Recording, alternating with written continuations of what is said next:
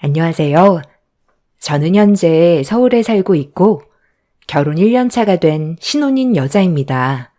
인생을 살다 보면 별의별 일을 다 겪는다곤 하지만 작년 명절에 어이없는 상황을 경험해서 사연을 신청하게 되었습니다. 올해가 얼마 남지 않다 보니 다음에 다가올 명절이 벌써부터 기대가 되는데요. 그 이유는 제 밑으로 두 동서가 있는데 먼저 결혼 생활을 시작하고 있었어요. 그리고 둘 다 로펌 변호사로 활동을 하고 있는 중이죠. 둘째 동서가 먼저 둘째 시동생과 결혼을 했고, 둘째 동서의 소개로 막내 시동생과도 결혼으로까지 이어지면서 두 동서의 사이는 더 돈독해지게 된 것 같아요. 남편과 결혼 전에 두 동서가 같은 대학 선후배 사이로 상당히 오랜 기간 친밀한 관계를 유지해 왔었다고 들었어요. 그래서 그런지 처음 남편과 결혼을 하기 위해 시댁에 인사를 드리러 갔을 때 두 동서가 서로 가까이 붙어 있는 모습을 확인할 수가 있었어요. 그런데 저를 바라보는 시선들이 약간 경계하는 것 같은 느낌이 들더라고요.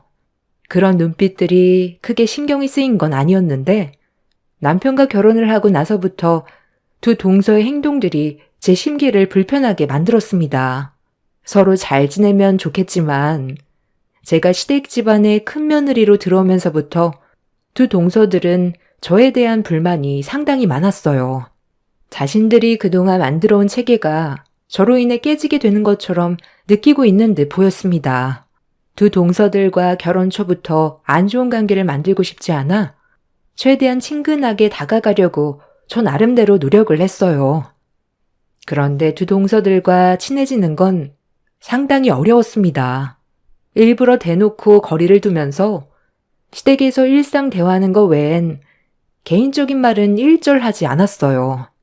이런 관계가 오래 지속이 되다 보면 서로에게 더 안 좋은 감정만 생기게 될까봐 최대한 빠른 시일 내에 두 동서들과의 벽을 허물기 위해 좀 더 적극적으로 노력을 했는데 이런 제가 두 동서들에게는 부담으로 다가왔는지 미간을 찌푸리면서 온몸으로 저를 거부하는 모습을 보여줬어요. 형님이 저희와 가까워지고 싶어 하는 건 알겠는데요. 굳이 그렇게 할 필요 없어요. 저희는 형님과 딱히 가까워지고 싶지 않거든요. 아버님 댁에 오면 그냥 조용히 할 일만 하고 돌아가세요. 아주버님이 우리 식구들 중에 제일 학벌도 떨어지고 능력이 없어서 본인 기준에 맞는 형님을 선택한 것 같은데 이 집 며느리로 들어오는 게 형님한테 어울린다고 생각하는 건 아니죠? 제가 형님이었으면 결혼 포기했을 것 같은데 아무리 눈치가 없어도 그렇지. 저희가 대놓고 싫어하는 티를 냈는데도 형님은 끝까지 아주버님과의 결혼을 강행하더라고요. 하긴 나이가 한 살 한 살 먹어갈수록 당연히 마음이 급하긴 하겠죠. 더 늦었다간 평생 노처녀로 살아갈 테니까요. 형님 입장 충분히 이해는 되지만 형님이 들어오기 전에는 집안 분위기도 상당히 좋았는데 형님이 새 식구로 들어오면서부터 모든 게 불편해져서 표정 관리가 잘 안 돼요. 사람은 수더분해 보이는데 머리는 든 게 없을 것 같아 집안의 격을 떨어뜨리는 것 같아서 그냥 다가오지 않았으면 좋겠어요. 큰 아주버님 하나도 감당이 힘든데 똑같은 사람이 한 명 더 들어왔으니 속 터지는 건 당연한 거죠. 저희 남편은 소아과 의사고 둘째 아주버님은 금융업에 종사하시는데 큰 아주버님은 반도체 설비 보수 일해서 우리에 비해 쥐꼬리만한 월급을 받고 있잖아요. 제 일주일 용돈벌이밖에 안 된다는 말을 들었을 때 큰 아주버님을 주변인들에게 제 체면이 있어서 소개를 시켜주고 싶지 않더라고요. 그 돈이면 평생 혼자서 사는 게 좋을 것 같아서 어머님한테도 집안의 격을 떨어뜨리게 되는 며느리감을 데리고 올 거니 결혼은 웬만하면 안 시키는 게 좋을 것 같다고 했었거든요. 그런데 아주버님이 갑자기 대형 사고를 치게 될 줄은 꿈에도 몰랐네요. 그러니까 동서들은 내가 이 집 며느리로 들어온 게 상당히 마음에 들지 않다는 거네? 동서들은 법조인인 변호사고 서방님들은 의사에 금융회사 다니고 있는데 나랑 결혼한 그이는 설비보수 엔지니어고 나까지 보잘것없는 인물이라 그래서 무시한다는 거지? 이제 감이 좀 잡혀요? 저희가 왜 가까이 하지 않으려 하는지요? 어느 정도 대화 수준이 맞아야 상대를 하죠. 그러니 제발 부탁인데요. 아버님 댁에서 모임이 가지게 되면 그냥 조용히 형님 할 것만 하고 돌아가세요. 그게 피차 서로 편한 거예요. 내가 이래서 법을 다루는 사람들을 그리 좋아하지 않아. 사자 직업을 가지고 있는 사람들 보면 지들이 뭐 좀 되는 인물인 줄 안다니까. 모두가 다 그런 건 아닐 테니 동서들은 다를 줄 알았는데 그건 내 생각이었네. 처음에는 두 동서들과 최대한 좋게 대화를 이끌어가고 싶었지만 법을 다루는 사람들이 윗사람을 대하는 행실이 너무 실망스러워서 저도 모르게 목소리 톤이 높아졌고 두 동서들과 안 좋은 대화를 주고받게 되었습니다. 제가 처음 시댁에 인사를 왔을 때 느꼈던 감정 그대로 두 동서들의 성격은 너무 날카로웠어요. 그리고 말끝마다 저희 남편을 무시하는 말들을 하는데 제가 남편과 결혼하기 전에는 동서들이 남편을 얼마나 무시하면서 살아왔을지 안 봐도 눈에 훤했습니다. 다들 적지 않은 나이를 먹었으면 나이 값을 해야 되는데 하는 짓들이 애들보다 못해서 따끔하게 문제를 지적했어요. 제 말이 동서들도 기분이 안 좋았는지 목소리가 높아지자 시모가 주방으로 들어와 중재를 해주셨어요. 동서들은 주방으로 들어온 시모를 보자마자 저에 대한 불만을 쉬지 않고 쏟아냈어요. 어머님, 제가 뭐라고 했어요? 이 결혼 무조건 아니라고 했었죠? 제가 사람을 한두 명 만나는 것도 아니고 딱 보면 질이 좋은 사람인지 아닌지 단번에 알 수 있다고 했잖아요. 그래서 어머님이 며느리로 받아준다면 집안에 불화가 생기게 될 거라고 했는데 지금 보세요. 제 말이 딱 들어맞잖아요. 저도 형님으로 인정을 못하겠어요. 어느 정도 유식해야 대우를 해주지. 말귀도 못 알아듣는 무식쟁이를 제가 형님으로 받아줄 이유는 없죠. 그럼 나랑 너희 시아버지가 생각 없이 허락을 했다는 거니? 너희들이 얘기하는 걸 들어보면 그네를 며느리로 들인 게 잘못이라는 건데 이 결정을 누가 내렸니? 니들이 마음에 들지 않는다고 나까지 큰 며느리에게 안 좋은 감정을 만들 필요 있어? 내가 봤을 때 니들이 더 덜 떨어진 것 같은데 암만 법지식이 많으면 뭐해. 인성이 글러먹었는데 최근에 우리 집에서 몇 번 식사 모임을 가지는 동안 내가 유심히 지켜봐오면서 느낀 건 니들이 큰 며느리보다 지식적으로 배운 게 많다고. 은근히 무시하고 뭘 물어봐도 대답도 잘 안 하더라. 니들이 새로 들어온 큰 며느리를 대놓고 무시를 하는데 그럼 뒤에서 내가 안 볼 때 내 욕도 엄청 많이 하겠네. 아니, 무슨 말을 그렇게 하세요. 저희가 왜 어머님을 무시하는 말을 하겠어요. 며느리로 들어온 이후부터 지금까지 어머님 험담한 적 단 한 번도 없었어요. 네가 했는지 안 했는지 내가 두 눈으로 본 것도 아닌데 어떻게 믿을 수가 있겠니? 배운 사람일수록 행실을 조심해야 되는 거야. 한국 땅덩어리가 얼마나 좁은지 너희들도 잘 알고 있지? 한 달이 건너면 다 아는 사람들이야. 지금은 니들이 잘 나가고 부족함 없이 살아가고 있으니까 오만함이 생길 수는 있겠지. 하지만 언제 어디에서 예기치 못한 상황에 도움이 필요할 수도 있는 상황이 생길 수도 있는 거다. 그때 니들이 생각 없이 저지른 사소한 행동들이 걸림돌이 될 수도 있다는 거 꼭 명심하거라. 시모가 목소리를 높이자 가족들 모두 주방으로 들어왔고 더 커질 뻔했던 상황은 그렇게 정리가 되었습니다. 시모가 동서들 편에 서서 얘기해 주는 게 아닌 중립 위치에서 잘잘못을 따지고 들어가자 동서들은 그런 시모의 모습을 보고 기분이 많이 상했는지 표정 관리가 되지 않고 있었지만 저는 시모의 말이 100번 맞는다고 생각했어요.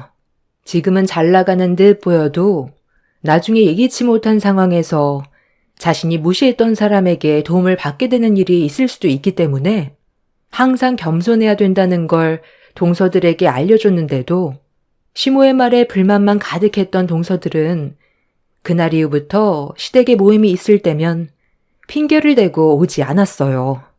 동서둘 다 똑같은 행동을 보이게 되자 시모는 심기가 많이 불편해지셨는지 얼마 뒤 다가온 추석 명절 때 동서들의 잘못된 행실을 바로잡기 위해 엄청난 결정을 하셨습니다. 어머님, 이게 다 뭐예요? 저희 보고 이 많은 걸 다 하라고요?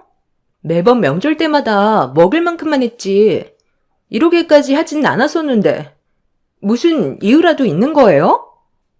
이번에 불의한 이웃을 돕기로 마을 사람들과 한뜻을 모아 음식을 준비하기로 했으니 너희들도 좋은 일에 같이 동참해야 되지 않겠니? 명절 때마다 가족들이 없어서 혼자 외롭게 지내시는 독거노인분들을 위해 직접 음식을 준비해서 찾아뵙기로 했으니 너희들도 좋은 마음으로 음식에 신경 좀 써주면 좋겠구나. 뭐라고요? 아니 어머님, 저희가 지금 한가해서 명절날 시간 빼고 온 줄 아세요? 오늘도 올까 말까 고민하다가 한동안 찾아뵙지 못해서 어쩔 수 없이 시간 쪼개서 온 거라고요. 저는 어머님이 준비해 주신 음식을 맛있게 먹고 돌아갈 생각이었지. 불우이웃을 돕기 위해 음식을 만들려고 온 게 아니에요. 동서 말이 맞아요. 저희가 언제 명절 음식 준비한 적 있었어요? 저희가 오기 전에 어머님이 전부 다 준비해 주셨잖아요. 그런데 갑자기 왜 안 하던 행동을 하실까? 어머님이 이러시는 거 적응도 안 되지만 다른 사람 보는 것 같아 기분이 별로 안 좋아요. 그냥 저희 친정으로 돌아갈게요. 가족 모두가 붙어서 하기로 했는데 니들만 빠지겠다고? 그동안 오냐오냐 해줬더니 시애미 말을 아주 개똥으로 듣는구나. 당장 옷 갈아입고 나오지 못해. 엄마, 잠깐만요. 이럴 계획이었으면 저희한테 먼저 얘기 좀 해주지 그랬어요. 저희가 간단하게 식사만 하고 돌아갈 생각이었는데 갑자기 음식을 준비하라고 하니까 얼마나 당황스럽겠어요. 야무진 형수님 계시는데 혼자서 하시라고 하고 저희는 그만 돌아가 볼게요. 어차피 당장 먹을 음식도 없는 거잖아요. 내가 분명히 여기 있는 음식들 전부 다 같이 만들어서 불의한 이웃을 돕기로 했다고 했을 텐데 지금 장난하는 걸로 보이니? 두 번 얘기하게 하지 말고 시간 없으니까 서둘러 음식 준비해라. 다른 건 내가 할 테니 너희들은 준비되어 있는 식재료로 전만 부치면 된다. 당신 애들 데리고 일회용 용기 좀 사와봐요. 시무가 낮게 깔린 목소리로 분위기를 조성하자 두 동선의 애들도 눈치는 있는지 더 이상 얘기하다간 문제가 생길 것 같아 불만 섞인 표정으로 음식을 만들기 시작했어요. 그런데 잠시 뒤 시모에게 전화 한 통이 왔고 잠깐 자리를 비워야 할 것 같다면서 금방 올 거라고 급하게 밖으로 나가셨는데 그 순간 두 동서가 들고 있던 뒤집개를 바닥으로 패대기 쳐버렸어요. 저는 두 동서를 무시하면서 묵묵히 전을 부치고 있는데 두 동서가 나누는 대화에 기분이 안 좋아지기 시작했고 참다 못한 저는 동서들에게 시모가 오기 전에 서둘러 음식을 마무리하자고 했는데 그 순간 제 기분을 상하게 만든 한마디를 듣게 되었어요. 진짜. 정말 못해 먹겠네. 아니 어머님, 정말 왜 그러시는 거야? 원래 저런 성격 아니었는데 형님이 들어오면서부터 정말 이상해지셨어. 우리한테 그동안 찍소리도 못했으면서 갑자기 왜 저러시는 거야? 평소에 봉사활동을 했으면 그냥 그러려니 했겠는데 지금까지 봉사활동하는 거 한 번도 본 적이 없는데 무슨 바람이 불어서 이 많은 음식들을 전부 다 준비하라는 건지 아무리 생각해봐도 이해가 안 된다니까. 동서는 어머님 행동에 대해 이해가 돼? 동서도 납득 안 되지? 전혀 이해가 안 되죠. 저희가 그동안 어머님한테 바친 게 얼마인데 매번 얼굴 볼 때마다 용돈 챙겨드리면서 며느리가 할 수 있는 최선을 다했는데 결국 돌아오는 건 제 손에 들린 뒤집개밖에 없네요. 다음부터는 어머님 전화도 안 받을 거예요. 그냥 오지 않는 게 속 편하겠어요. 이건 타인에 대한 배려가 없는 행동이고 강제 노동을 시키는 행위이기 때문에 형법 제67조로 다스려야 되는 거 아니에요? 형님 생각은 어때요? 형법 제62조로 다스리기에는 죄질이 안 좋잖아요? 당연히 형법 제67조가 적합하지. 며느리로 들어왔다고 무조건 강제노동 시키는 건 잘못된 거고 그에 따른 처벌을 무겁게 내려야 된다는 거에 나도 100번 동의하지. 우리나라 법은 너무 물러 터졌어. 며느리를 너무 우습게 한다니까. 우리가 법을 다루는 변호사인 걸 완전히 잊어버리셨나 봐. 그런데 제 얼굴에 뭐 묻었어요? 아니, 왜 그렇게 쳐다보세요? 아, 우리가 무슨 말을 하는지 못 알아들어서 그런 거구나? 저희 법조인끼리 나누는 대화니까 형님은 그냥 조용히 전이나 붙이세요. 저희가 하는 얘기 귀 기울여봤자 형님은 어차피 알아듣지도 못해요. 무식하면 몸으로라도 때워야 어머님한테 사랑을 받지 않겠어요? 열심히 노력하는 모습이 아주 보기 좋네요. 계속 땀 흘리면서 열심히 전 붙이세요. 저희는 할 만큼 했으니 여기까지만 하고 좀 쉬어야 할 것 같네요. 동서, 우리 잠깐 바람 좀 쐬고 올까? 아유, 좋죠. 머리가 나쁘면 몸이 고생한다더니. 큰형님 인생도 참 불쌍해요. 먹고 살기 위해 사업한다고 발버둥 치는 것 같은데 입에 풀칠할 정도의 돈벌이는 되세요? 돈이 되겠니? 아무리나 알고 기어봤자 우리를 어떻게 따라와. 사업을 크게 하는 것도 아니고 손바닥만하게 가게 하나로 돈벌이가 되겠어? 내가 그동안 계속 참고 있었는데 니들 도대체 뭘 믿고 그렇게 설치는 거야? 변호사가 엄청 대단한 직업인 줄 아는데 그래봤자 로펌에 소속되어 있는 직원 나부랭이 아니야? 월급 받아먹고 사는 주제에 뭐가 그렇게 잘나서 윗사람에 대한 예의는 조금 더 찾아볼 수가 없네. 정말 내가 이런 말까진 안 하려 했는데 쬐깐한 후배년들이 선배 앞에서 방금 뭐라고 그랬어? 형법 62조? 이깟 일 좀 시켰다고 어머님을 재판에 세우겠다는 거야? 뭐야? 니들 서울법대에 나왔다고 했지? 몇 학번이야? 내가 너희들 까마득한 선배야. 법대 나와서 이렇게 살고 있는 모습을 보니까 아주 우스워 보이지? 어머님이 전에 뭐라고 하셨어? 대한민국 땅덩어리가 손바닥만 하기 때문에 행실을 똑바로 해야 된다고 하지 않았어? 그런데 너희들은 눈앞에 보이는 겉모습만 보고 사람을 판단해? 그러고도 너희들이 법조인이냐? 내가 웬만해선 서울법대 나왔다는 얘기를 하지 않으려 했는데 니들 하는 행동들이 우리 학교를 먹칠하는 것 같아서 도저히 그냥은 못 넘어가겠다. 저도 처음에는 법조인의 꿈을 키웠습니다. 그 이유는 딱 하나였어요. 변호사가 돼서 대형 로펌에 들어가 많은 돈을 벌고 싶었고 남들의 부러움의 대상이 되고 싶었습니다. 그런데 시간이 지날수록 제가 가는 길이 원하는 길인 건가 싶더라고요. 법을 좋아하고 변호사가 꿈인 사람들도 있겠지만 그때 당시 제 주위에서만 봐도 돈도 잘 벌고 사회에서 변호사라고 하면 인정받고 살 수 있어서 선택하는 사람들이 대부분이었습니다. 그리고 로스쿨 졸업도 하지 않은 친구들이 벌써부터 변호사 된 것 마냥 거만해져서 타인을 무시하고 법으로 상대를 누르려는 모습들을 보니 저도 나중에 그런 사람이 되어 있을까봐 두렵기도 했어요. 배우면 배울수록 저와는 맞지 않는다는 걸 느끼게 되었고 돈이 되지 않아도 하고 싶은 일을 하면서 사는 게 좋을 것 같아 대학을 졸업 후 큰 결정을 하게 되었고 가족들 모두 제가 법조인이 되지 않겠다고 하자 난리가 났었죠. 저희 집안의 유일한 희망이었고 장녀였기 때문에 저에게 거는 기대가 상당했었는데 힘들게 대학교를 졸업까지 했으면서 로스쿨에 들어가지 않겠다는 말에 부모님께서는 쓰러지셨습니다. 하지만 저는 가족이 원하는 삶을 살기보단 제가 원하는 삶을 살고 싶었어요. 그래서 새로운 도전을 다시 처음부터 시작을 하게 되었던 거고, 그 과정들이 쉽진 않았지만 시간이 지날수록 제가 걷고 있는 길에 대한 확신이 들었습니다. 부모님께서는 제가 힘든 결정을 내린 만큼 잘 되길 바라는 마음에 필요한 것들을 도와주셨어요. 그렇게 마음속으로만 품고 있었던 요식업에 뛰어들게 되었고, 늦게 출발한 만큼 남들보다 더 열심히 하려고 노력했어요. 그리고 그 결과 저는 현재 국내에만 한식 체인점이 50개 점포가 자리를 잡았고, 지금도 꾸준하게 성장 중에 있습니다.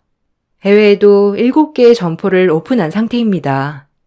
힘들게 달려온 만큼 저에게 주어지는 수익 또한 적지 않았고, 저는 언제나 초심을 잃지 않기 위해 함께 일하신 사장님들과 가족처럼 관계를 유지하고 있는 중입니다. 제가 만약에 변호사가 돼서 로펌에 들어가 월급 받는 위치에 있었다면 분명 한계가 느껴졌을 테고, 더 이상의 성장이 멈췄을 때 오는 만족감과 성취감이 없어서 직업에 대한 즐거움이 많이 떨어졌을 거예요. 주어진 환경을 통해 사람이 변화된다고 하는데, 힘든 결정이었던 만큼 저와 동행하신 사장님들께 제가 덜 가져가고 더 드릴 정도로 항상 변치 않는 좋은 마음을 유지하기 위해 노력해오며 살아왔었습니다. 그런데 한참 어린 후배들이 법을 다루는 사람이면 그만한 품격을 갖추고 살아야 되는데, 같은 대학을 나왔다는 게 창피할 만큼 두 동서들의 실망스러운 행동에 너무 화가 났어요. 제가 같은 대학교 선배라는 증거를 대자 당황한 두 동서들은 사색이 된 얼굴로 저에게 자신들이 저지른 실수에 대해 수습하려고 진땀을 빼기 시작했어요. 어머, 큰형님, 왜 진작에 얘기하지 않으셨어요? 미리 말씀을 해주셨더라면 저희가 형님을 무시하지 않았을 텐데, 방금 말실수한 거 어머님한테 얘기하지 않을 거죠?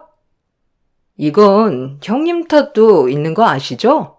식당 몇 개 운영한다고 해서 배운 게 없으니까 장사로 먹고 사는 줄 알았지.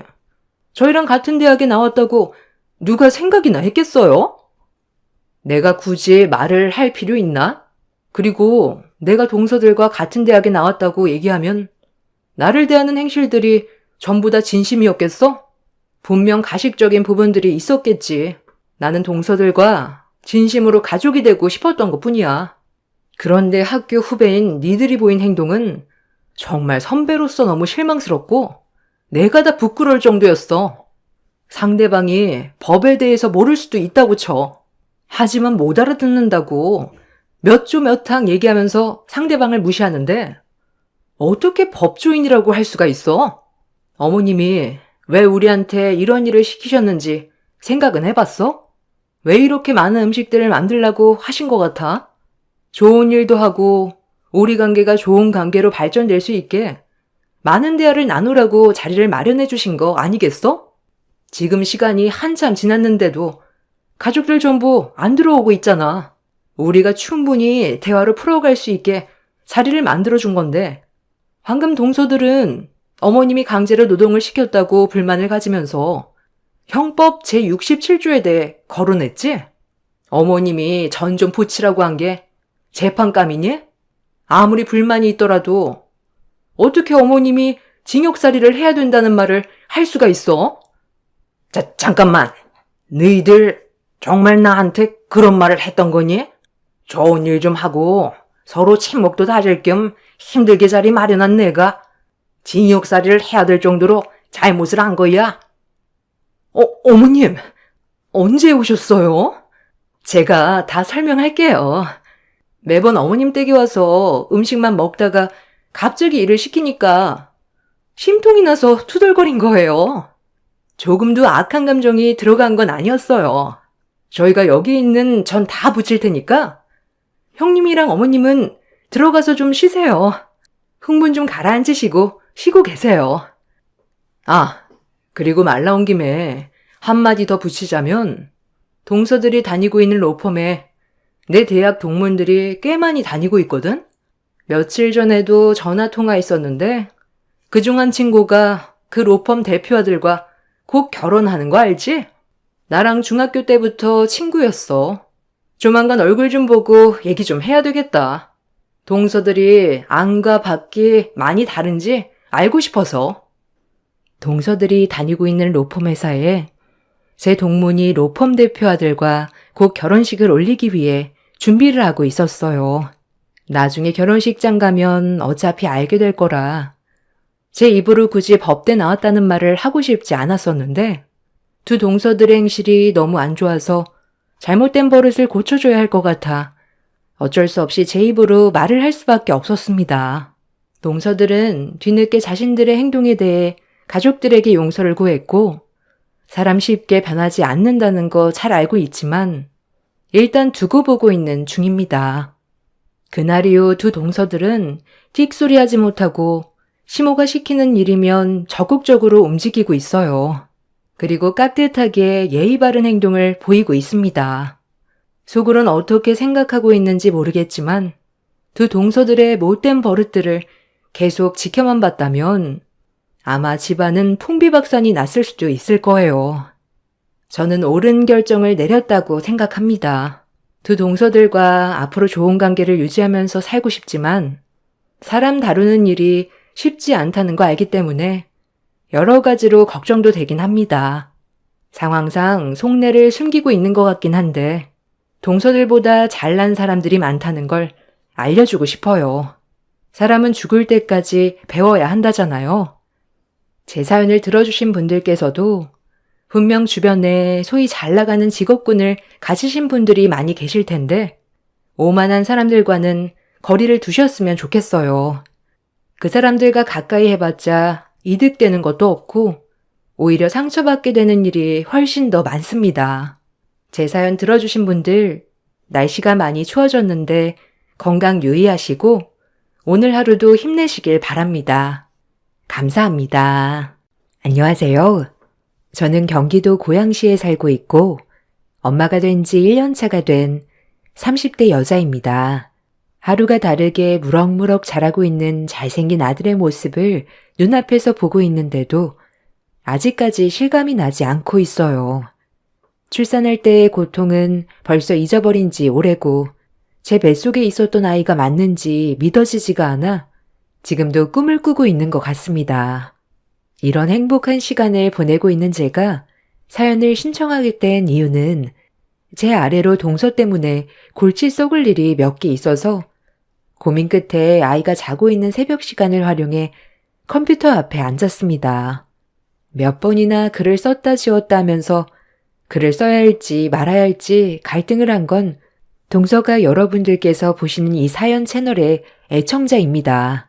저도 동서를 통해 알게 되었고 지금은 제가 동서보다 더 많이 시청하고 있는 것 같습니다. 아마 제가 올린 사연을 동서가 볼 테고 시청자분들께서 달아주시는 댓글에 앞으로 동서에게 많은 변화가 생겼으면 좋겠습니다. 제가 사연을 신청하기로 결심을 하게 된 결정적인 이유는 동서의 태도 때문입니다.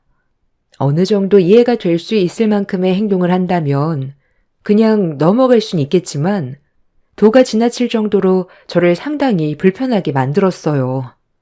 저보다 시댁 집안의 며느리로 먼저 들어왔다는 이유로 제 머리 위에 군림하려는 행동들을 보였고 처음에는 좋게 넘어가려 했었지만 날이 갈수록 심해지는 동서의 잘못된 행동들이 결국 화를 자초하게 되었습니다. 시댁 식구들도 가만히 있는데 동서가 설쳐대니 기분이 정말 안 좋더라고요. 같은 동서지간이면 서로 의지하고 도와줘도 모자란데 본인의 이기적인 행동이 저를 화나게 만들었어요. 사건의 시작은 제가 임신을 하면서부터였습니다. 동서는 20대의 시동생과 결혼을 해서 아이들 둘 낳고 살아왔어요. 그동안 부족함 없이 잘 키워왔는지 애들한테 정성을 쏟은 게 눈에 보였죠. 그런 모습을 보니 좋아 보이기는 했지만 동서가 하는 행동들을 조카들이 그대로 따라하길래 그건 좀 아닌 것 같아 몇 번 동서한테 주의를 준 적이 있었습니다. 아니, 이게 왜 제 잘못이에요? 부모가 자식에게 원하는 거 해주는 건 당연한 거고 자식이 부모한테 원하는 걸 말하는 것도 당연한 거잖아요. 제가 해주고 싶어서 돈을 쓰겠다는 건데 왜 형님이 이런 것까지 참견을 하시는 건데요? 나이는 형님이 많아도 인생 선배는 저 아닌가요? 제가 애들을 10년 가까이 키웠는데 형님은 이제 막 임신 5주 차면서 저보고 애들 물질욕에 대해 뭐라고 하시는 건 상당히 기분이 나쁘네요. 형님이 식구로 들어오기 전엔 이런 걸로 지적한 사람 한 명도 없었어요. 동서가 나보다 애들을 낳고 먼저 키웠으니 그럼 더 잘 알 거 아냐. 이건 누가 봐도 동서의 행동이 잘못된 것 같은데? 동서의 행동 하나하나를 애들이 스펀지처럼 빨아들인다는 거 동서도 모르는 거 아니잖아. 나는 애들이 원하는 거 사주는 걸 뭐라고 하는 게 아니야. 방금 큰 조카가 가지고 싶은 장난감이 있는데 상품이 하나밖에 없었고 그 상품을 다른 사람이 먼저 사갔잖아. 그래서 매장 직원이 매진이라고 상황 설명을 했는데 방금 조카가 어떤 행동을 보였어? 10살밖에 안 된 머리에 피도 안 마른 애가 직원의 정강이를 발로 걷어차면서 안 되는 게 어디 있냐고 당장 자기 앞에 장난감 가져오라고 소리를 질렀잖아. 요즘 애들은 빨리 성숙해지고 두뇌 회전도 빠르기 때문에 동서가 어떤 식으로 행동하는지 전부 다 지켜보고 있다고. 저번에 가족들끼리 여행 갔을 때 마트에서 매진 상품이 동서 앞에서 딱 떨어졌을 때 어떻게 했어? 방금 조카가 한 것처럼 똑같이 행동했잖아. 그때 정강이를 걷어차인 매장 직원이 창고에 들어가서 다음날 팔아야 될 물건을 가지고 나와서 동서한테 주지 않았어? 그때 경찰에 소송을 건다면서 매장 사장님이 뛰쳐나와 한바탕 했었지? 그 모습을 애들이 뒤에서 모두 지켜봐왔던 거고 진열되어 있던 장난감이 매진이 되니까 동서가 마트에서 보였던 기억을 떠올리고 똑같이 행동을 저지른 거잖아. 나는 이 점에 대해 조카한테 잘못된 행동이라고 얘기한 건데 애들 엄마인 동서가 잘못을 인지하지 못하고 되레 애들한테 잘했다고 하는 게 옳은 행동이야? 육아 선배라고 해서 모든 걸 현명하게 잘 대처할 수 있는 것도 아니고 방금 애들이 보인 잘못된 행동은 누가 봐도 알 수 있는데 동서는 자기 자식이니까 편을 들어주고 두둔한 거잖아. 애들한테 옳고 그름을 일깨워주지 않는다면 그건 부모로서의 자격이 없는 거지. 나는 동서가 잘못된 점은 바로 잡아줬으면 좋겠어. 동서는 제 말에 어이가 없다는 듯 혀를 차며 노려보더니 애들을 데리고 장난감 매장을 급하게 빠져나갔어요. 저는 큰 조카에게 정강이를 걷어차인 매장 직원에게 대신 사과를 드렸고 매장 직원은 다행히 상황을 크게 악화시키지 않았습니다. 웃어 넘겨주셨지만 어느 누구라도 그 입장이었으면 기분이 상당히 안 좋았을 겁니다.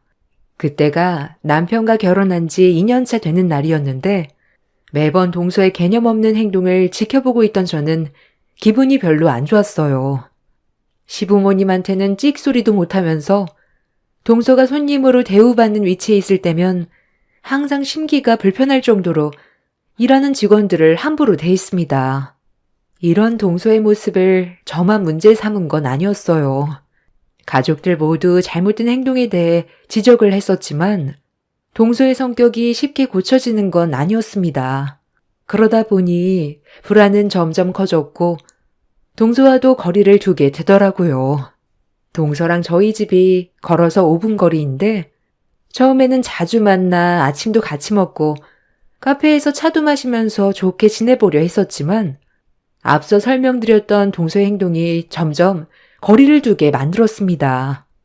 본인도 제가 가까이 하지 않는다는 걸 느끼고 있었는지 먼저 연락은 하지 않았어요. 그렇게 시댁 모임이 있을 때 말고는 개인적으로 동서와의 만남은 더 이상 하지 않았습니다. 임신 중에 스트레스도 몸에 안 좋기 때문에 최대한 마음을 편하게 가지려 했었는데 어느 날 갑자기 동서가 아침 일찍 저희 집 초인종을 눌렀어요. 아침부터 동서의 얼굴을 별로 보고 싶지 않았었는데 쉬지 않고 초인종을 눌러대면서 집에 있는 거 다 안다며 현관문을 빨리 열어달라길래 어쩔 수 없이 문을 열어주었네요. 형님, 요즘 저한테 왜 그래요? 계속 피하고 있잖아요. 지난주에 아버님 댁에서 저한테 한마디도 안 했던 거 아세요? 그때 일 때문에 그런 거예요? 장난감 매장에서 제 큰애가 매장 직원 정강이 걷어찼는데 사과도 안 하고 가서 그런 거예요? 그때는 제 입장에 대해서도 충분히 설명드렸잖아요. 솔직하게 말할게. 동서랑 다니면 내가 정신적으로 너무 힘이 들어서 그래. 같이 외출하면 꼭 문제가 생기잖아. 동서 입장에서 잘못을 하지 않았다고 하는데 내가 무슨 말을 더 하겠어. 사람마다 성격이 다르고 생각하는 것도 다른데. 그리고 나 지금 임신 중이잖아. 최대한 심적 안정을 취해야 되는데 요즘 들어 너무 스트레스를 받아서 많이 힘든 상태야. 그리고 당분간 혼자 있는 시간을 가지고 싶어. 동서랑 같이 외출한 순간부터 집에 들어오기 전까지 긴장의 연속이거든. 내가 동서를 뭐라고 하려는 게 아니라 좀 더 잘 지내고 싶고 앞으로 조카들이 손가락질 받지 않게 하고 싶어서 얘기해 준 것뿐이야. 입장을 바꿔놓고 생각을 해봐. 동서가 매장에서 일을 하는데 동서처럼 똑같은 성격의 손님이 들어와서 정강이 걷어차고 갑질하면 기분이 좋겠어? 제가 장사할 것도 아닌데 그럴 리는 손톱만큼도 없을 거예요. 그러니까 형님 말은 제 행동이 마음에 들지 않아서 당분간 거리를 두겠다는 거네요. 사람마다 각자의 개성이 있고 성향이 다른데 형님 의견만 내세우면서 저에게 잘못이 있다고 얘기하는 건 정말 모순인 것 같네요. 그 매장 직원도 잘못을 한 거죠. 잘 나가는 물건이면 당연히 재고를 더 많이 비축해둬야 되는 거 아니에요? 매장을 운영하는 사람들이면 그런 거 하나 일 처리를 똑바로 하지 못해서 큰애가 눈물을 흘렸는데 화가 안 나겠어요? 결국 다른 마트 가서 구매했어요. 기분 좋게 들어갔다가 기분 안 좋게 나왔는데 화가 나는 건 당연한 거죠. 동서는 제가 평소와는 많이 달라졌다고 느끼고 있었는지 집에까지 찾아와서 불만을 털어놨어요. 그래서 잘못된 점에 대해 지적을 해줬지만 동서는 제 말을 받아들이려 하지 않았어요. 어차피 말도 안 통하고 인정도 하지 않는데 무슨 말을 더 하겠어요. 그래서 동서에게 나중에 다시 얘기하자면서 집으로 돌려보냈습니다. 이해할 수 없고 어이가 없다는 표정으로 저를 노려보면서 아무 말도 하지 못한 동서는 기분이 상당히 안 좋았는지 현관문을 발로 세차게 한번 걷어찬 뒤 집으로 돌아갔습니다. 동서의 행동에 기분이 안 좋았지만 이를 키우고 싶지도 않았고 대화도 안 통하는 사람 붙잡고 말싸움하고 싶지도 않았어요. 그리고 그날 시모에게 전화를 걸어 출산하기 전까지는 시댁에서 모이는 걸 자제하는 게 좋을 것 같다며 제가 여러 가지로 많이 힘들다는 걸 시모에게 설명을 드렸습니다. 시모는 제 사정을 이해해 주셨고 그날 이후 시부모님이 개인적으로 저희 집에 오셔서 잠깐 얼굴만 뵙고 돌아가는 식으로 상황을 바꾸었습니다. 제가 동서 때문에 힘들어하는 걸 가족 모두가 알고 있었지만 상황이 바뀌지 않는 것도 알고 있었던 터라 동서 때문에 시부모님이 먼 길을 오게 되는 고생을 하셨네요. 재수 씨는 날이 가면 갈수록 사람이 점점 난폭해지는 것 같냐? 지금 집안 분위기를 좀 봐. 이게 맞는 거야? 부모님이 우리 집에 오는 게 맞는 거냐고. 재수 씨가 행실말 똑바로 했다면 이런 일은 일어나지 않았겠지. 너도 불편한 건 사실이잖아? 언제까지 이렇게 살아갈 건데? 네가 확실하게 얘기 좀 해봐. 아, 왜 나한테 그러는 건데?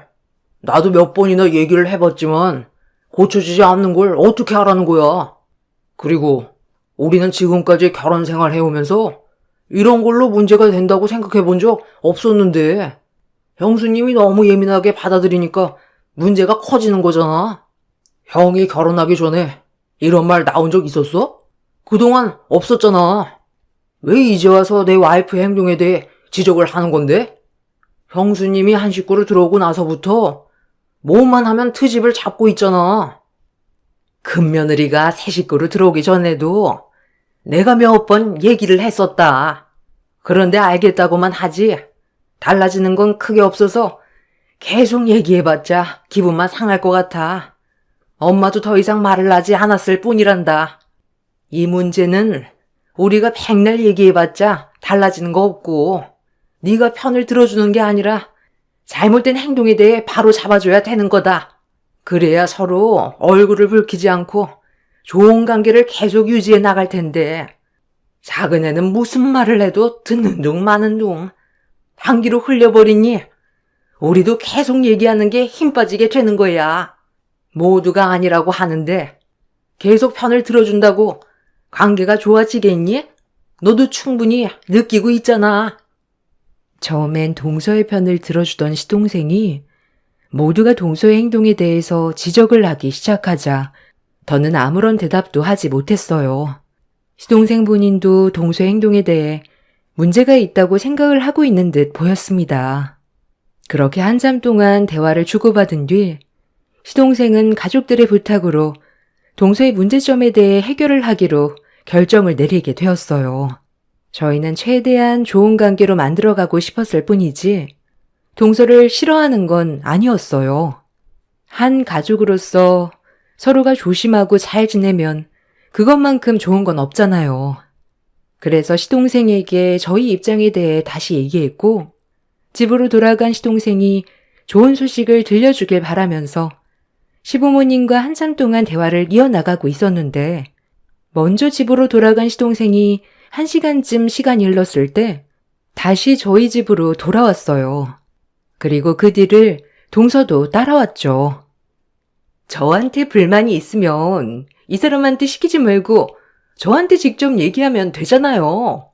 아니 왜 이 일을 통해서 제 기분을 안 좋게 만드세요? 하고 싶은 말 있으면 직접 하시라고요. 제가 도대체 뭘 얼마나 잘못을 했다고 다들 저를 싸잡아 죄인 취급을 하는 건데요? 직접적으로 피해를 준 것도 없잖아요. 네가 행실이 똑바로였으면 이렇게까지 했겠니? 그리고 네가 어른들이 하는 말에 귀를 기울였다면 돌려서 얘기하지도 않았을 거다. 무슨 말만 하면 기분 나빠하긴 하지. 좋게 받아들인 적이 있기나 하니? 여기까지 오는데 무슨 생각으로 왔는지 한번 드러나 보자. 싸우려고 온 건 아닐 거 아니야. 제가 여기까지 오는데 그럼 생각 없이 왔겠어요? 오늘 확실하게 얘기하는데요. 더 이상 저희 가정사에 참견하지 마세요. 어떻게 살던 잘만 살면 되잖아요? 남이 저희 가족을 어떻게 생각하던 그게 무슨 상관이에요? 저는 성격대로 행동할 거고 이런 제가 불편하시면 얼굴 안 보고 살면 그만이잖아요. 이 말 하려고 왔어요. 제 성격 절대 못 고치고 고칠 의지도 없어요. 그러니 이런 제가 싫다면 다들 저랑 연 끊고 살면 될 것 같네요. 다들 어떻게 하실래요? 있는 그대로의 모습을 받아들이고 사시던지 아니면 연 끊고 살던지 결정하세요. 남들이 어떻게 생각하던 그게 뭐가 중요해요. 저희 가족이 피해 안 보는 게 우선이라고요. 동서는 어머님이 무슨 뜻으로 말씀하시는지 전혀 이해를 못하고 있는 것 같은데 이 세상이 동서를 중심으로 돌아가는 것 같아? 동서가 뭘 잘못했는지 이해도 하지 않으려고 어른들의 말을 받아들이지 않으려 한다면 저는 가족이 아니라는 말밖엔 해줄 수가 없네. 어차피 연 끊을 생각이었다며 아버님 어머님 앞에서 지금 협박하는 거야? 매번 좋게 얘기하니까 어른들이 우스워? 동서가 그동안 얼마나 잘난 인생을 살아왔는지 모르겠지만 더는 가족의 분열을 조성하지 말고 여기까지만 해. 동서가 오기 전에 이미 아버님 어머님이랑 충분한 대화를 나누고 있었어. 우리는 동서가 서방님의 말을 듣고 올 거라고 예상하고 있었거든. 그리고 우리의 말대로 좋게 받아들이지도 않았지. 만약 서방님과 같이 왔을 때 앞으로 가족들의 얼굴에 먹칠하지 않고 행실을 똑바로 하겠다고 했으면 좋게 받아주려고 했는데 어쩜 조금의 예상도 빗나가지 않아? 동서 말대로 우리도 한계고 넌 한 가족으로 받아들이기 힘드니까 오늘 이 시간 이후로 연 끊는 걸로 하자. 원하던 대로 해주니까 마음이 편하지? 앞으로 아버님 어머님이랑 우리 가족 신경 쓰지 말고 동서 가족 잘 지키면서 행복하게 살길 바래. 뭐라고요? 아, 여보, 방금 형님 하는 얘기 들었지? 우리 집안을 아주 휘어잡으려고 한다니까? 내가 저래서 형님을 싫어하는 거야. 본인이 되게 잘난 줄 안다니까? 누구는 무서워서 연 못 끊을 줄 알아요? 저희도 이미 오면서 조금이라도 대화가 통하지 않는다면 다시는 얼굴 안 보기로 이미 결정 내리고 왔어요. 시동생은 동서에게 좋게 풀자고 대화를 하러 간 게 아니라 불만만 가득 쌓인 상태로 들어온 거였어요. 어느 정도 예상은 하고 있었지만 조금도 빗나가지 않았던 동서의 행동과 시동생의 무책임한 모습에 실망을 많이 하게 된 가족들은 더는 얼굴을 보고 싶어 하지 않았습니다. 특히 시부모님께서 개념 없는 동서에게 화가 많이 나셨는지 꼴도 보기 싫다며 당장 나가라고 언성을 높이셨어요. 그렇게 좋게 풀어갈 수 있을 줄 알았던 가족관계에는 균열이 생겼고 그날 이후 더 이상 동서 내외의 얼굴은 볼 수 없었고 연락 또한 오지 않았습니다. 차라리 잘 됐다 싶었어요.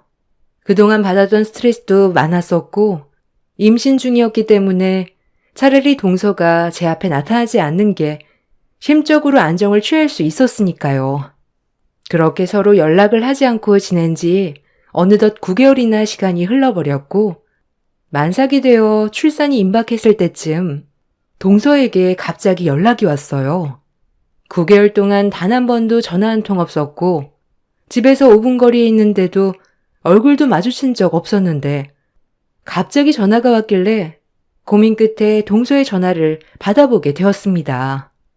9개월 만에 전화를 했다는 건 안 좋은 일이 생겼을 확률이 높았기 때문에 연락은 안 하고 지냈었지만 전화가 온 걸 받지 않았다가 저에게 괜히 화살이 돌아오는 걸 원치 않았어요.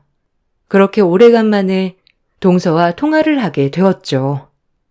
9개월 동안 연락 한 통 없이 잘 지냈으면서 갑자기 전화한 이유가 뭐야? 중요한 일 아니면 길게 통하고 싶지 않은데 쓸데없는 말 할 거면 그만 끊고. 형님, 제가 지금 도움받을 사람이 형님밖에 없어서 어쩔 수 없이 급하게 전화를 할 수밖에 없었어요. 잠깐 저 좀 도와줄 수 있어요? 제가 지금 잠깐 나갔다 와야 되는데 애들 때문에 나가질 못하고 있거든요. 시간이 별로 없어서 그런데 잠깐만 와주면 안 될까요? 애들이 감기가 걸렸는지 열도 좀 나길래 일단 급하게 혈제도 먹였거든요. 괜찮으시면 병원에도 좀 데려다 주세요. 오죽했으면 형님한테 전화를 했겠어요. 지금 도움받을 곳이 형님밖에 없어서 그래요. 부탁드릴게요. 아니, 애들이 아프다는데 어디를 가겠다는 거야? 그렇게 중요한 일이면 서방님한테 애 좀 봐달라고 하면 되잖아. 오늘 주말이라 서방님 쉴 거 아니야. 그이가 요즘 회사 일이 많아서 오늘도 출근했어요. 늦게까지 야근한다는데 제가 동네에 아는 사람이 많지가 않잖아요. 그리고 부탁하는 건 다른 사람보다 형님이 날 것 같아서 전화드린 거니까 최대한 빨리 와주세요. 저 지금 시간이 많지가 않거든요. 지금 놓치면 또 언제 기회가 올지 몰라서 그래요. 정확한 얘기는 해주지 않고 일방적으로 본인 할 말만 하고 전화를 끊어버린 동서가 많이 급해 보였던 저는 어쩔 수 없이 집을 나설 수밖에 없었습니다. 가는 김에 그래도 가족이라고 동서 생각해서 시댁에서 시부모님과 함께 김장을 했던 김장김치 한 통을 들고 동서 집으로 향했어요. 만삭이었지만 거리가 가까워서 크게 무리하지 않고 동서 집에 도착할 수가 있었습니다. 초인종을 누르니 동서가 저를 많이 기다렸는지 급하게 문을 열어주더라고요. 그래서 집 안으로 들어갔는데 조카들이 기침을 하면서 힘들어하길래 서둘러 병원 갈 준비부터 했어요. 그런데 동서가 주방 테이블에 올려져 있던 김장김치를 보더니 저에게 한마디 툭 던졌네요. 어머, 김장김치 했어요? 아니, 이런 거 안 가져와도 되는데. 그래도 준 거니까 잘 먹을게요. 저 지금 나가봐야 하니까 형님이 애들 병원 데려다 주고 잠깐 집에서 애들 좀 돌봐주세요. 아, 그리고 방금 가져온 김치 어머님 댁에서 한 거죠. 그거 애들 배고프다고 하면 주지 마세요. 매년마다 느끼는 거지만 그 김치 진짜 별로예요. 제 입맛에 너무 안 맞고 영양가도 별로 없어 보여서 집에 가지고 들어오면 바로 음식물 쓰레기통으로 직행이거든요. 저는 사 먹는 김치가 훨씬 더 맛있더라고요. 이런 건 애들 주기도 무서워요, 형님. 어머님 댁에서 만든 김장김치가 위생에도 별로 안 좋잖아요. 깨끗한 환경도 아닌 시골 촌동네인데 어떻게 믿고 먹어요? 절대로 그 김치 애들 먹이지 마세요. 그리고 이거 10,000원 받으세요. 잠깐 다녀오는 거니까 그 시간 동안 돌봐주는 값이에요. 이 정도면 충분하죠? 동서, 지금 나를 어떻게 보고 이깟 10,000원을 내 앞에 내미는 거야? 이 김치 어머님이 누구 생각하면서 만든 건 줄 알아? 동서랑 서방님 생각나서 따로 포장을 해놓은 거라고. 만약에 내가 동서네 집에 들리게 되면 따로 건네주라고 어머님이 특별히 신경을 써서 만들어줬는데 쓰레기통에 전부 다 처박았다고?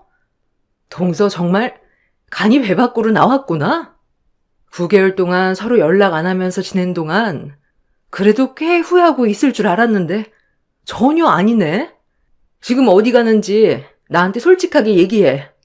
안 그러면 나 그냥 집으로 돌아갈 거니까 당장 얘기하라고. 뭔데 애들까지 팽개치고 집을 뛰쳐나가려는 건데. 아우 정말. 얼마 시간 안 남았는데 계속 붙잡을 거예요? 이러다 저만 또 놓치게 된다고요. 오늘 특별 한정판으로 명품 매장에서 물건이 들어올 예정이에요. 몇 개 들어오지 않기 때문에 경쟁에서 이기려면 일찍 가서 줄을 서야 된다고요. 일단 다녀와서 설명해 드릴 테니 애들 좀 봐주세요. 부탁할게요. 동서가 급하게 신발을 신고 집 밖으로 뛰쳐나가려는 순간 저는 동서의 뒷 목덜미를 잡아 끌었습니다. 배 아파 낳은 자식들보다 명품 가방이 우선이라고 생각하는 동서의 행동에 저는 화가 치밀었고 나가지 못하게 붙잡았어요. 제가 동서 집에 있을 이유가 완전히 사라져버린 상태였습니다. 동서는 한 번이면 된다고 잠깐 시간을 빌려달라고 했지만 저는 끝까지 동서를 보내주지 않았습니다. 동서는 저에게 벗어나려고 몸을 밀쳤지만 강하게 밀지는 않았어요. 제가 만삭에 곧 출산 예정이라 동서도 조심하는 데 보였는데 시계를 슬쩍 보는 순간 조금의 망설임도 없이 저를 강하게 밀쳐버렸고 그대로 주저앉아 버렸습니다. 동서는 한정판으로 나온 명품 가방을 못 사면 전부 제 탓이라고 화를 낸 뒤 곧장 밖으로 나갔어요. 그런데 짧은 비명소리와 함께 동서가 그대로 뒤로 넘어져 버렸습니다. 남편이 문 앞에 서 있었고 동서가 급히 나가려다가 저희 남편과 부딪히게 된 거였죠. 제가 넘어져 있는 모습을 보게 된 남편은 무서운 얼굴로 변해서는 동서를 노려봤고 동서는 잠깐이면 된다고 남편까지 밀치면서 밖으로 나가려 하길래 남편은 동서의 팔을 잡아 집 안으로 강하게 밀어 넣었습니다. 그리고 그 장면을 시동생이 보게 되었는데 남편의 양 어깨를 밀치더니 넘어진 동서를 조심히 일으켜 세웠고 남편에게 입에 담지 못할 말을 퍼부어 댔네요. 원래 오늘 일을 늦게까지 해야 되는데 애들 몸이 안 좋아서 회사에 사정을 얘기하고 왔는데 지금 하준 엄마한테 뭐 하는 짓이야? 형이 뭔데 내 와이프를 밀쳐? 여보, 나 지금 빨리 백화점에 가봐야 되거든? 애들 좀 봐줘. 이러다 오늘 한정판으로 나온 명품 가방 살 수 없을지도 모른다고. 애들 병원부터 데리고 가. 지금 애들 몸이 안 좋은데 그깟 명품 가방이 먼저야? 이러려고 나를 부른 거였어? 한정판으로 나온 명품 가방을 사려고 만삭인 나를 부른 거였냐고. 그것도 모자라 곧 출산 예정인 나를 밀쳐? 너 완전 제정신이 아니구나. 서방님은 저런 동서가 어디가 좋길래 이런 한심한 삶을 사는 거예요. 정말 대책 없네요. 여태까지 잘 살아왔거든요. 형수님이 상관할 바는 아닌 것 같은데요.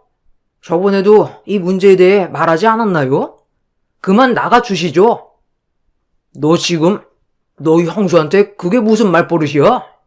재수씨, 다시 한번 말하는데 방금 한 행동에 대해 똑바로 처신하지 않고 간다면 좋게 넘어가지 않을 겁니다. 아휴, 그러시던지요. 저는 지금 명품 가방이 더 급하거든요. 여보, 아주버님이 비켜주지 않는데 어떻게 좀 해봐. 나 정말 급하다니까? 아, 빨리 좀 비켜요, 정말. 너희들이 뭐가 무서운지 전혀 모르는구나. 내가 그동안 정말 참고 또 참았는데 도저히 안 되겠네. 다른 건 다 참아왔는데 임신한 내 와이프 넘어뜨리고 개념 없이 행동한 너희들 절대로 용서할 수 없을 것 같다. 여보세요? 네, 아버지 저예요. 지금 동생 집에 왔는데요. 급하게 좀 와주셔야 될 것 같아서요. 형, 지금 뭐 하는 거야? 별것도 아닌 일 가지고 아버지한테 얘기하면 내 입장이 뭐가 돼? 나랑 정말 끝까지 해보자는 거야? 당장 전화해서 오지 말라고 다시 말씀드려. 자식들 내팽개치고 명품 가방을 우선순위로 생각하는 재수씨도 문제고 너도 아버지 밑에서 감사한 줄 모르고 대충 일하면서 돈 받아가는 거 더 이상 나도 못 참겠다. 들리는 얘기가 얼마나 많은 줄 알아? 너 회사에서 일 개판으로 한다며? 아버지가 우리 회사를 어떻게 키웠는지 몰라서 그래? 자식이면 당연히 누려야 될 권리 아니야? 나는 할 만큼 하고 타당하게 돈을 받는 것 뿐이라고. 그리고 어차피 회사에서는 형을 인정하지. 나는 거들떠도 안 보잖아. 어차피 수명인간 취급하고 있는데 열심히 다녀봤자 뭐해? 매달 들어오는 돈으로 인생 즐기면서 살면 되는 거지. 남편과 시동생은 시부 밑에서 일을 하고 있어요. 회사 규모가 좀 큰 편인데 서로 다른 지역에서 일을 하고 있습니다. 그러다 보니 서로 얼굴을 마주치게 될 일이 거의 없지만 남편은 그동안 시동생의 근무 태도에 대해 보고를 받고 있었어요. 연을 끊겠다고 난리를 친 이후 시동생은 시부 회사 일을 적극적으로 하지 않았고 뒤처리는 전부 회사에 남아있는 직원들 몫이었습니다. 시동생이 소속되어 있는 곳에서 시동생보다 직책이 높은 위치에 있는 직원들이 꽤 있었지만 아무도 시동생을 건들지 못했었어요. 그 이유는 시동생이 뒷배경에 시부가 버티고 계셨기 때문이죠. 시동생은 그걸 이용해 회사의 출근 도장만 찍고 그날의 기분에 따라 회사에서 빨리 나오거나 정시에 퇴근하거나 자기 하고 싶은 대로 하고 다녔습니다. 그러다 보니 남편이 화가 많이 난 상태였는데 시부가 힘들게 일궈온 회사에서 제대로 일을 하지 않고 매달 받는 돈으로 명품이나 사며 수준에 안 맞는 사치를 부리는 시동생과 동서의 모습에 실망을 많이 하게 된 남편은 시부에게 전화를 걸었고 걷잡을 수 없는 폭풍이 휘몰아쳤습니다. 남편은 시동생과 동서를 상대로 몸싸움을 벌였고 얼마 뒤 시부가 시동생 집에 도착하는 순간 모든 판도는 순식간에 뒤집어져 버렸습니다.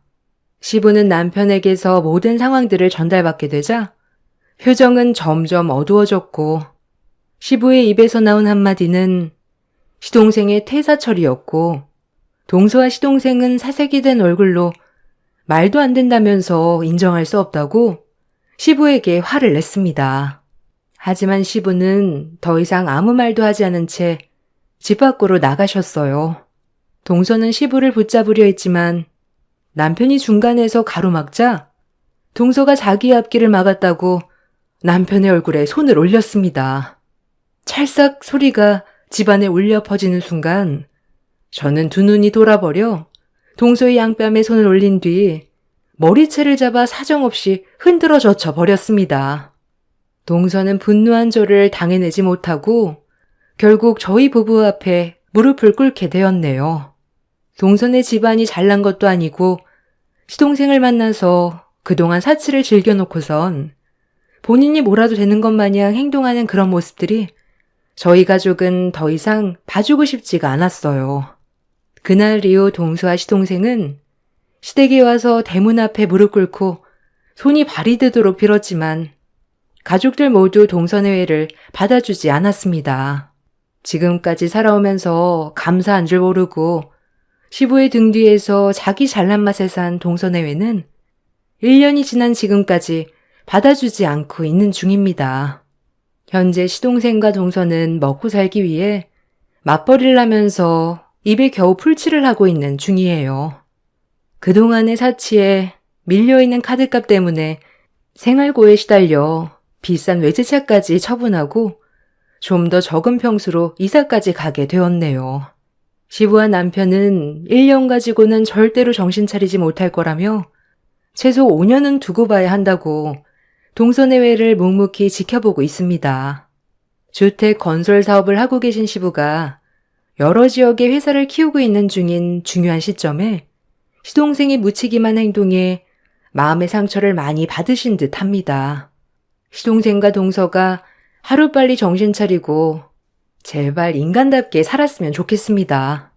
동서가 제가 올린 사연을 시청하게 될 텐데 인생 선배님들께서 따끔한 조언 아낌없이 풀어주셨으면 좋겠습니다. 정신없이 제 사연을 풀어내다 보니 창밖에 한방눈이 내리고 있었네요. 출퇴근길 안전 운전하시고 올해 마지막 달인 12월 잘 마무리하시길 바라겠습니다. 감사합니다. 안녕하세요. 저는 남편과 1년의 짧은 결혼 생활을 끝으로 먼저 떠나보낸 뒤 4년의 시간을 홀로 지내왔습니다. 지금도 그때의 기억이 떠오를 때면 자다가도 벌떡 일어날 정도로 정신적인 충격이 상당하지만 그래도 어느 정도 현실을 받아들이면서 적응하려고 노력 중에 있습니다. 제가 이렇게까지 힘든 시간을 보내게 된 건 죄책감 때문에 그런 것 같아요. 부부 생활이 짧긴 했지만 정말 행복한 시간들을 보내왔었어요.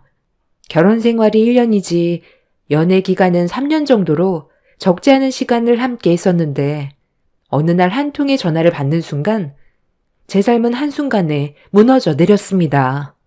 그 전화는 남편의 갑작스러운 사고 소식이었고 손도 써볼 수 없이 현장에서 이미 숨을 거뒀다는 충격적인 말을 듣게 되었습니다.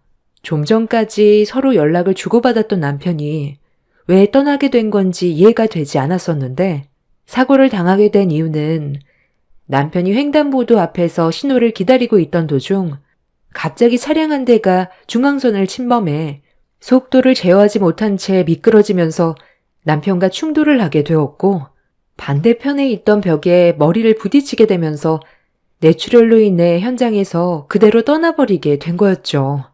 급하게 병원으로 향한 뒤 남편의 모습을 확인했는데 얼굴을 알아볼 수 없을 정도로 온몸이 상해버려 당시의 사고가 얼마나 심각했는지를 알 수가 있었습니다. 너무 충격적인 모습을 보게 됐던 저는 결국 속이 울렁거려 화장실에서 오바이트를 한 뒤 일어나지 못한 채 변기통 앞에서 한참 동안 오열을 했어요. 남편이 사고가 난 곳은 제가 일하고 있는 회사와 불과 5분 거리에 있는 꽃가게 앞에서 난 사고였는데 하필 그날이 결혼 1주년이었어요. 사고 당시 현장에 있던 담당 경찰의 말로는 손에 꽃다발을 들고 있었다고 했는데 그런 말을 듣게 되니 괜히 저 때문에 사고가 일어난 것 같아 너무 마음이 안 좋았습니다.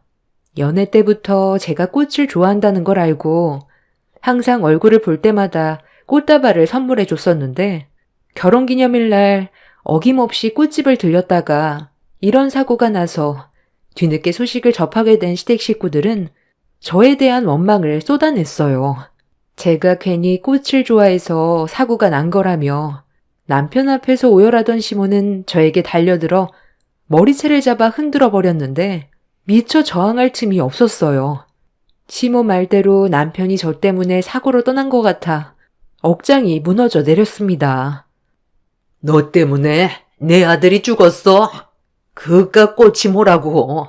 시도 때도 없이 받아대더니 결국 이 사다를 만들어 내 아들 살려내. 당장 살려내라고.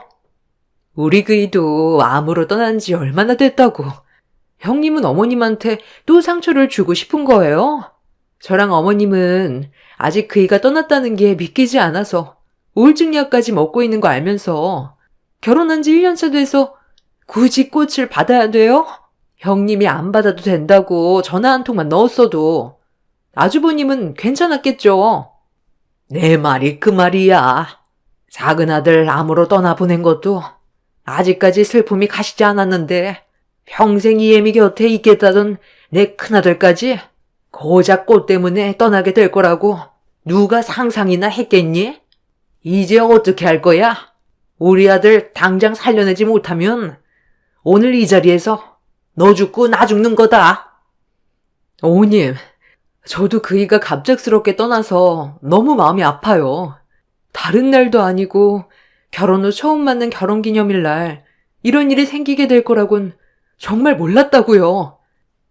내 아들 살려내지 못할 것 같으면 너는 평생 내 앞에서 죄인처럼 살아야 될 거야. 그깟 꽃이 뭐 태수라고. 내 아들까지 떠나보내게 만들어? 새언니를 만난 것부터가 잘못이었어. 난 처음부터 새언니가 마음에 안 들었다니까. 울 오빠 같은 사람 없다는 거 새언니도 잘 알죠? 오로지 언니를 사랑하는 마음 하나로 꽃을 사러 갔다가 안 좋은 상황까지 오게 만들었으니 우리 엄마가 어느 정도 추스를 때까지 재혼할 생각 꿈도 꾸지 마요. 울 오빠 불쌍하게 갔는데 언니 잘 되는 꼴을 어떻게 보라고. 우리 오빠들 둘이나 보냈는데 지금 우리가 제정신이겠어요? 남편이 떠나기 전에 시동생이 암투병을 하다가 먼저 떠나게 되는 일이 있었습니다. 동서내외는 제가 남편과 결혼하기 한참 전에 이미 살림을 차려서 살아온 세월이 길었고 아이까지 낳아 9년의 시간을 함께 살아오다가 떠나게 된 거라 한동안 정신적인 충격에서 벗어나지 못해 상당히 힘들었다는 말을 들었어요. 제가 남편과 결혼하기 위해 인사를 왔을 때에도 시댁 식구들의 얼굴은 그늘져 있었지만 그래도 어렵지 않게 결혼식을 올릴 수는 있었어요. 그런데 함께 산 지 1년 만에 시모는 큰아들까지 먼저 떠나보냈으니 그 아픔은 저보다 더 클 수밖에 없었습니다. 동서는 시동생이 암으로 떠난 이후에도 시댁에 계속 왕래를 하면서 지냈어요. 제가 며느리로 들어오기 전부터 시모와 동서와의 관계는 상당히 좋았었는지 조카를 데리고 자주 시댁에 왔었는데 그 모습이 안쓰러웠고 많이 외로워 보였습니다. 시모와 동서는 시동생이 떠난 거에 대한 아픔에 대해 서로 위로해주면서 힘든 시간들을 이겨내 왔었죠. 그런데 시동생이 떠난 지 얼마 되지 않아 남편까지 사고로 떠나보내게 됐으니 그 아픔은 저보다 클 수밖에 없었고 모든 게 제 탓으로 되어 버렸던 거였죠. 그렇게 원치 않았던 남편의 장례를 힘들게 치른 뒤 집으로 돌아왔는데 짧은 결혼 생활이었지만 집안 곳곳에 함께 해온 흔적들이 그대로 남아있어 오열을 하게 되었습니다. 에휴, 네가 이러고 있을 줄 알았다. 걱정돼서 집으로 돌아갈 수가 있어야지. 네가 오열하는 목소리가 밖에까지 들리더라. 나도 지금의 상황들이 믿어지지가 않는데 너는 오죽하겠니? 그래도 산 사람은 살아야지. 일단 집안에 있는 물건부터 하나씩 정리를 하면서 너도 새 출발할 준비를 해야 되지 않겠니? 너에겐 지금 시간이 많이 필요하겠지만 이 집에 계속 머물러 있다 보면 그 아픔이 더 크기 때문에 하루빨리 정리를 하는 게 좋을 것 같다. 엄마가 언제까지 옆에 있어줄 수는 없잖아. 어디 갔나 했더니 집에 와 있었구만. 무슨 정리를 하겠다는 건지 모르겠는데 내 아들 물건에 손끝 하나 대지 못합니다. 사돈이 제 마음을 얼마나 이해를 하겠어요. 자식을 둘이나 잃은 아픔을 알지도 못하면서 그런 말 함부로 하면 안 되죠. 예, 너 이 집에 있는 물건 내 허락 없이 정리하면 가만두지 않을 테니 내 허락이 떨어질 때까지 그대로 놔두거라. 그리고 당장 짐부터 싸라. 너는 앞으로 우리 집에서 나랑 함께 생활을 하게 될 거다. 아니 사돈. 이게 다 무슨 말이죠?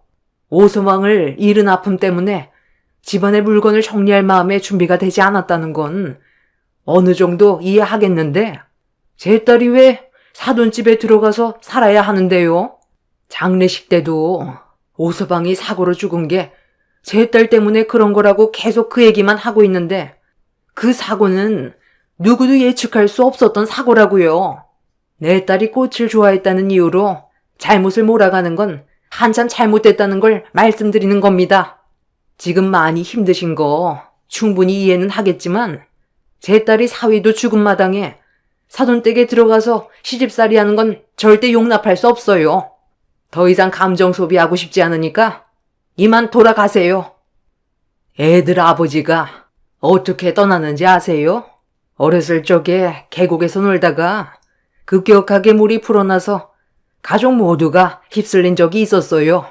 그때 저와 제 딸은 다리에서 건널 수 있을 정도로 괜찮았는데 두 아이들이 건너올 때는 급격하게 불어난 계곡물로 인해 휩쓸릴 위기에 놓였었고 애 아빠는 두 아이들을 살리기 위해 악착같이 붙잡고 겨우 다리를 건널 수 있게 해줬어요.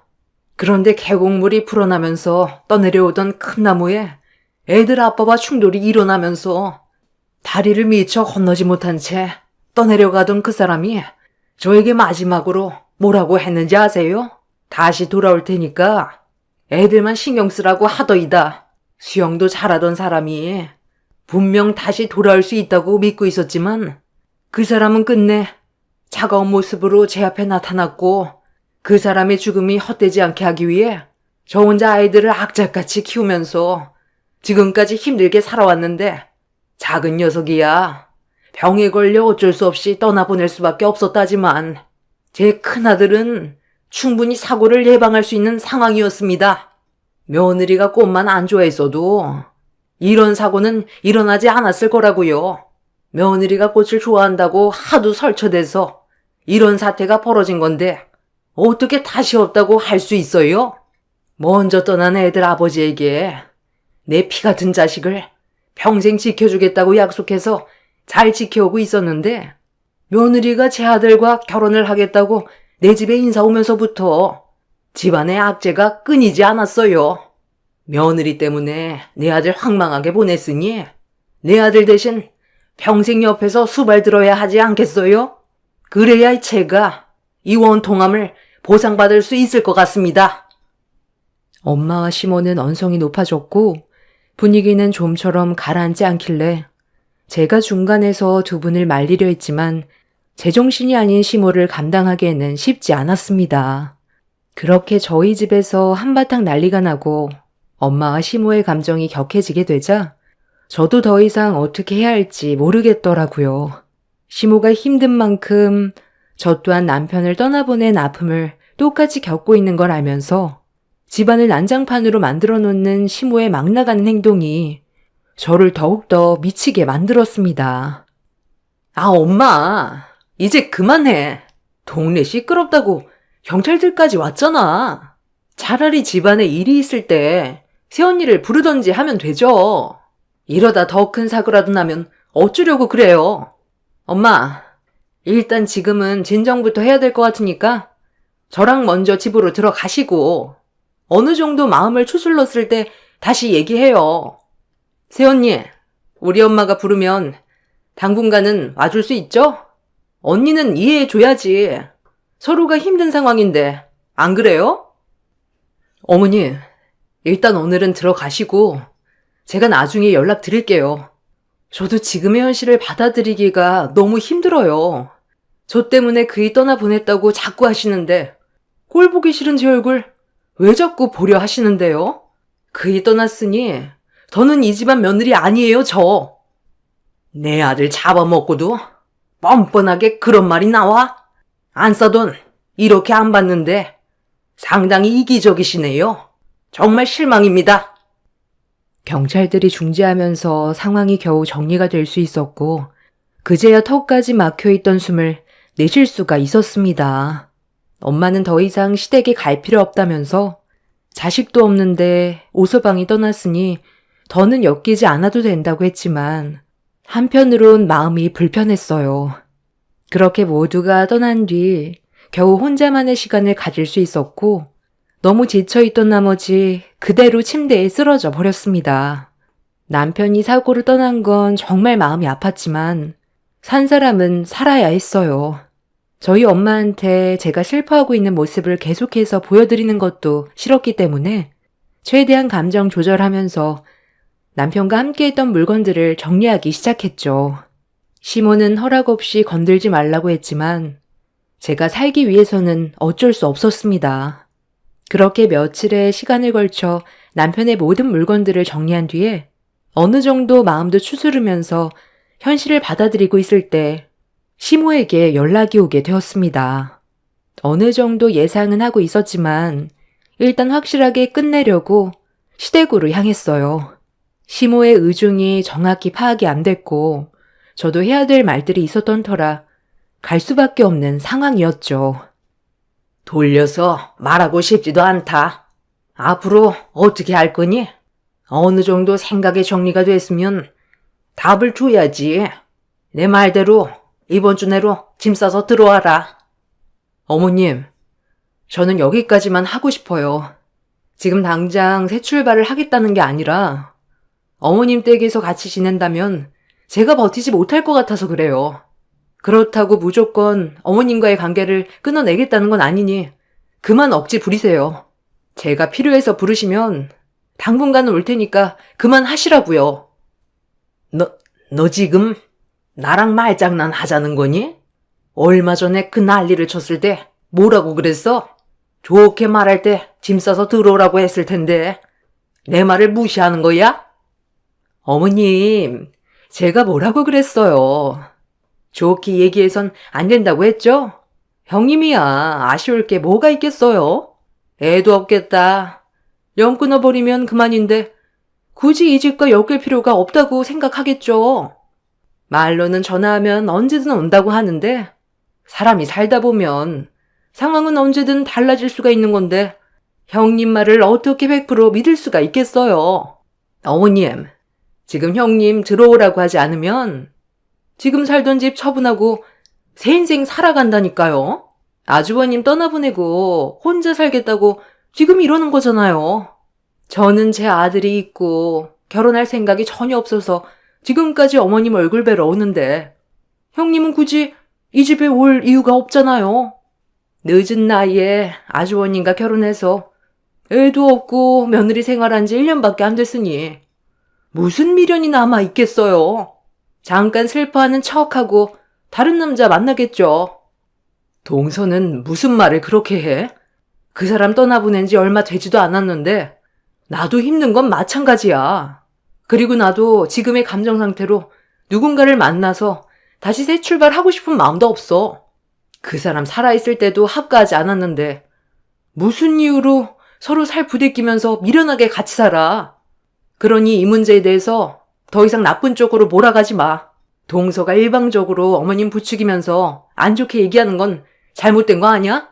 다시 한번 말하지만 새 출발하고 안 하고는 앞으로 내가 결정할 문제지만 지금 당장은 그 사람이 저 현관문을 열고 들어올 것 같은데 내가 어떻게 다른 사람을 만날 수 있겠어? 그럴 걱정 안 해도 되니까 어머님도 제 생각에 대해 너무 서운하게 생각하지 마세요. 시모는 제 의견에 대해 상당한 불만을 가졌지만 아무리 강요를 해도 뜻대로 되지 않을 거라는 걸 아셨는지 더는 아무 말도 하지 않으셨어요. 그리고 시모는 집에 온 김에 집안일 좀 하라면서 손으로 주방을 가리켰습니다.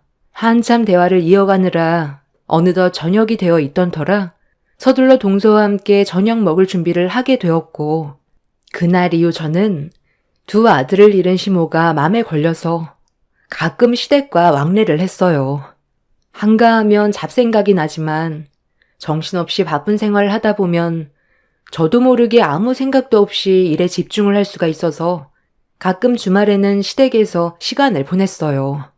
밀린 집안일과 주방에서 보낸 시간들이 대부분이었지만 덩그러니 집에 혼자 있는 것보단 할만하더라고요. 이렇게 바쁜 삶을 보내오면서 남편이 없는 삶에 적응이 되어가다 보니 어느새 4년이라는 시간이 순식간에 흘러버렸습니다. 그리고 더 이상 남편이 곁에 없어도 슬퍼하지 않았어요.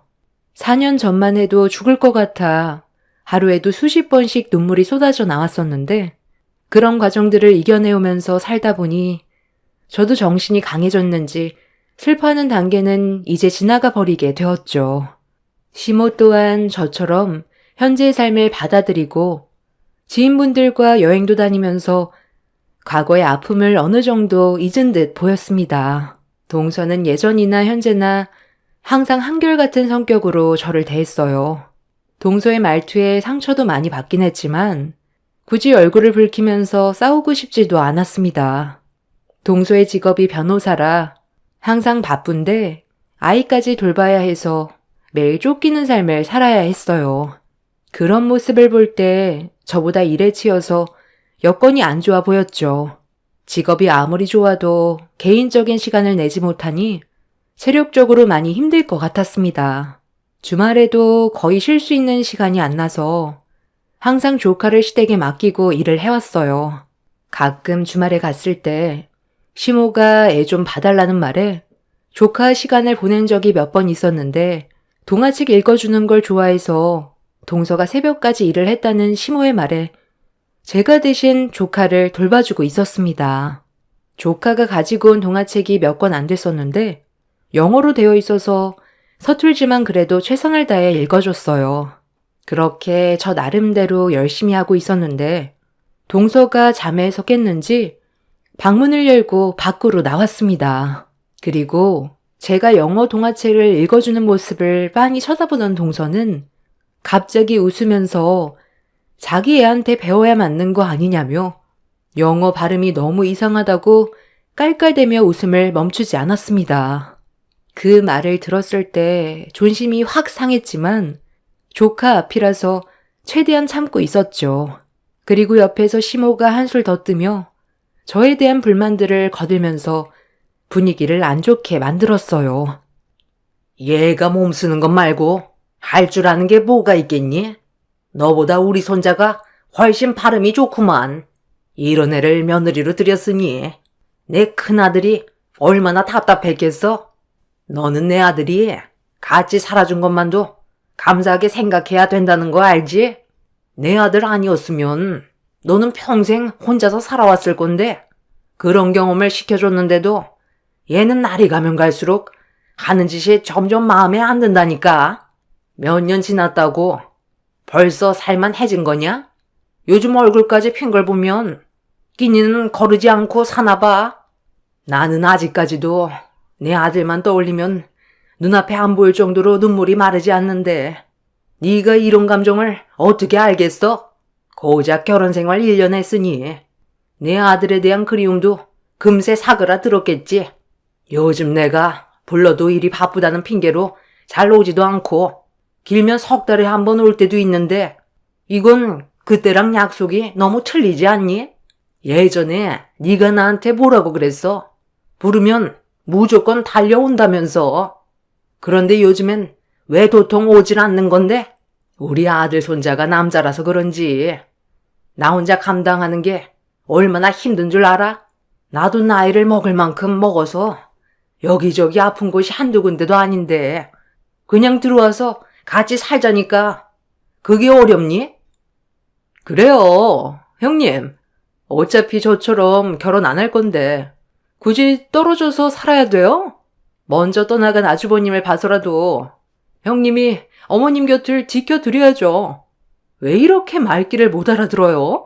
제 말이 영어도 아니고 한국말인데 못 알아듣겠어요? 얼마 전까지만 해도 자주 오는 것 같더니 요즘 뜸한 걸 보니까 형님 설마 남자 생긴 건 아니죠? 설마 가족을 버리고 혼자서 새 출발을 하겠다는 그런 배신을 한다면 이거 정말 실망인데요? 어머, 어머님, 형님 얼굴 표정 보니까 제 말이 맞나 봐요. 뭐야? 얘, 너 정말 다른 남자를 만나고 있는 중이냐?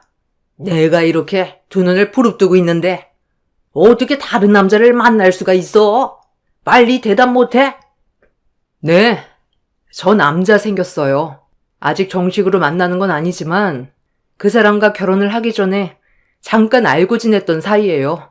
그런데 그이가 떠나고 나서 우연찮게 길에서 본 적이 있었는데 그때 제가 차 사고가 나서 도와준 적이 있었거든요.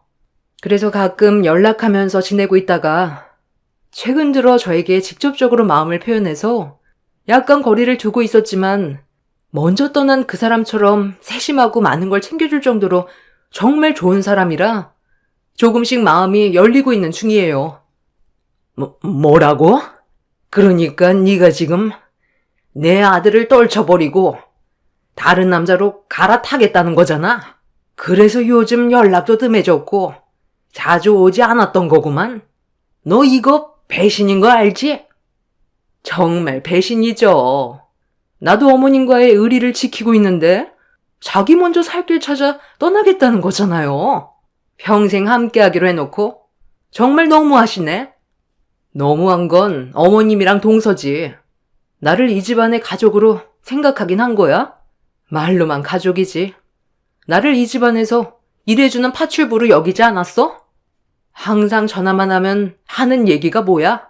어머님은 집안일이 산처럼 쌓여있다면서 혼자 하기 힘들다고 와서 해결해달라는 말밖에 안 하고, 동서는 변호사라 돈도 꽤 벌고 있으니까 어머님한테 용돈 챙겨주면서 집안일에 아예 손을 놓고 있잖아.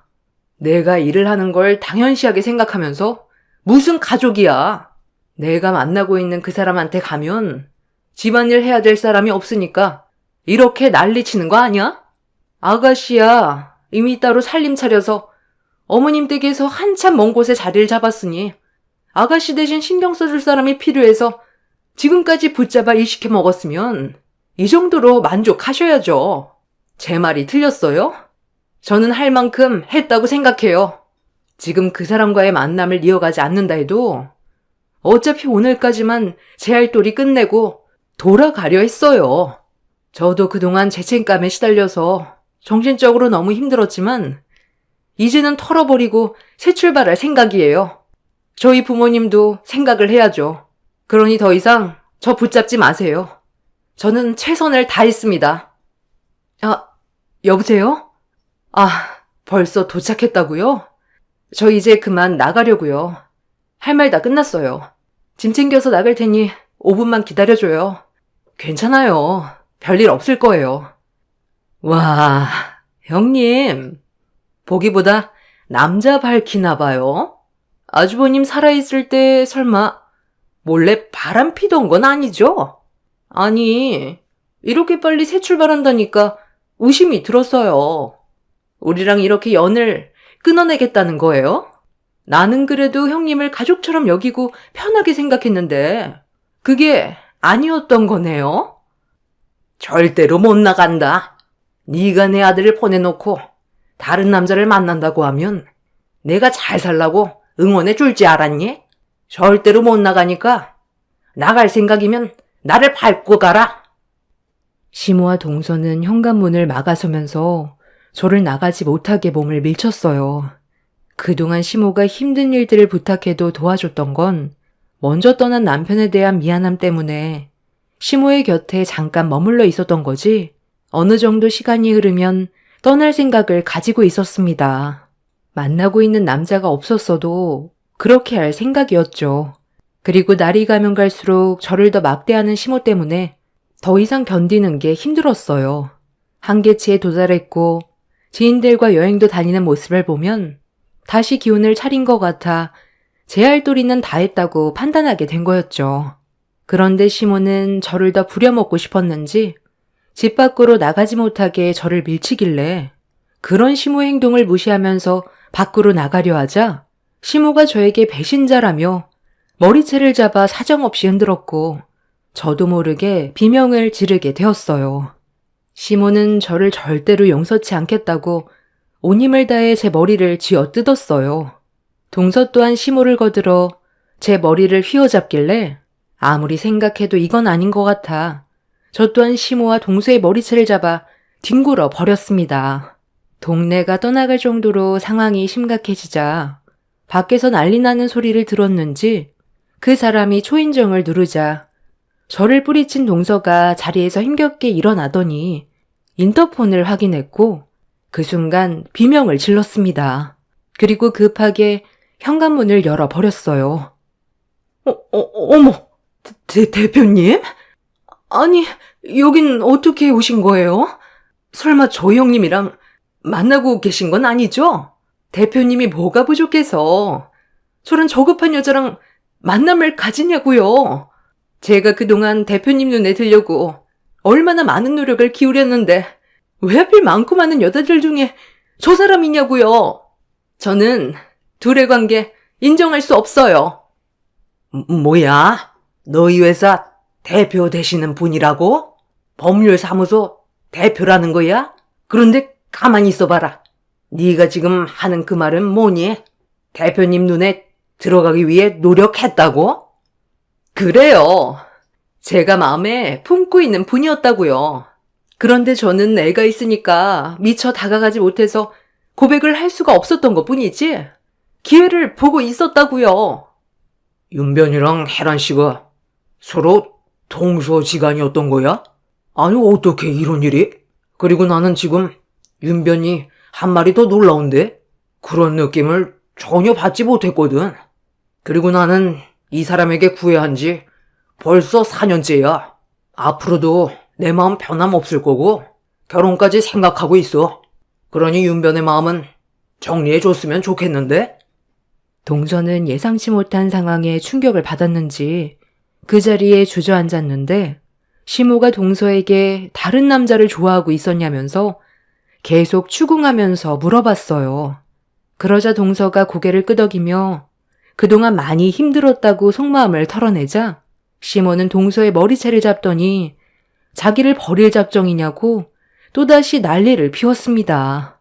저와 만남을 가지고 있던 그 사람은 그 틈을 타 저를 데리고 밖으로 빠져나왔고 그날 이후 저는 더 이상 시댁에 가지 않았습니다.